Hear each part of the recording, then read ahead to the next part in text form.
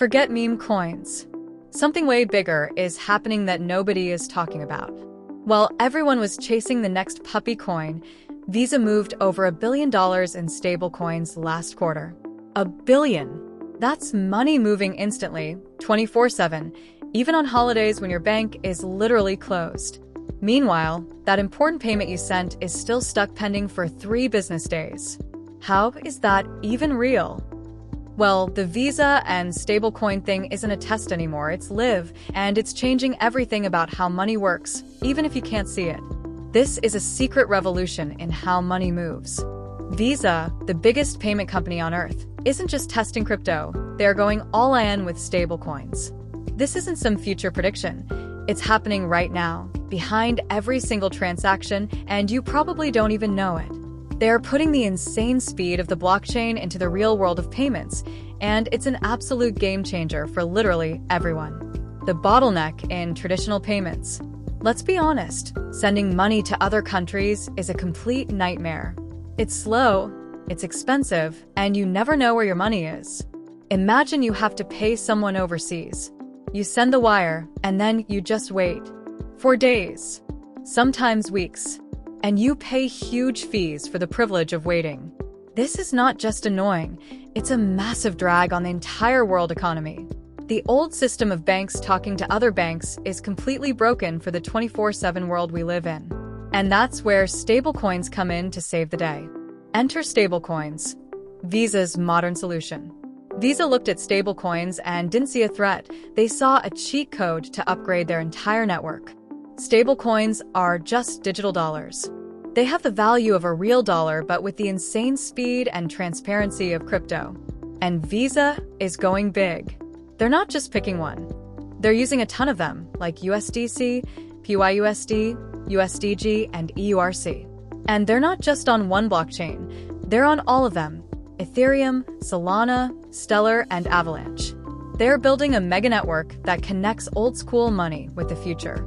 The tech behind the transformation. So, how are they actually doing this? They built an insane multi-coin, multi-chain system for maximum power and scale. The key to all of this is something they call the Visa Tokenized Asset Platform, or VTAP. Think of VTAP as a machine that gives banks the superpower to turn normal money into digital money on the blockchain. It's a sandbox where banks can create and destroy stablecoins and plug them right into their systems. On top of that, they're using their Visa Direct tech, which already sends money to cards and bank accounts, and hooking it up to stablecoins. This means crazy fast payments across borders. This isn't a guess. They've already moved over $200 million with this new system, navigating the regulatory landscape. Obviously, you can't just start moving billions of digital dollars without the government getting involved. But Visa is being super smart. They're partnering with companies like Paxos that are fully licensed and regulated, meaning they have to prove they have real dollars backing up their digital ones. Visa is even helping governments write the rules for stablecoins, like the Genius Act in the US. Their own CEO, Ryan McInerney, said that having clear rules is the key to unlocking the full power of stablecoins and making this whole thing go mainstream. The road ahead: overcoming adoption hurdles. So, if this is so incredible, why isn't everyone using it right now? Well, let's be real, this stuff can be confusing for most people. There are a bunch of different stablecoins, and they don't have the things we're used to, like reward points, credit, or the fraud protection you get with your normal Visa card. We all love our airline miles. Plus, most stablecoins aren't even made for regular people to use. But Visa is already working to fix this. They're partnering with companies like Yellow Card in Africa to make stablecoins way more useful, especially in parts of the world where banks are hard to come by and sending money is a huge problem. Conclusion: Visa's vision for the future of money.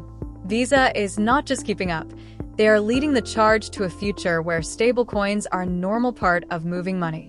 They're not trying to replace your credit card. They're giving it rocket boosters, creating new ways to make money, and making sure they stay at the top of the finance world. This is already exploding everywhere. Latin America is using it to escape high fees and unstable money. Asia is using it to grow their markets faster. North America and Europe are getting the rules right.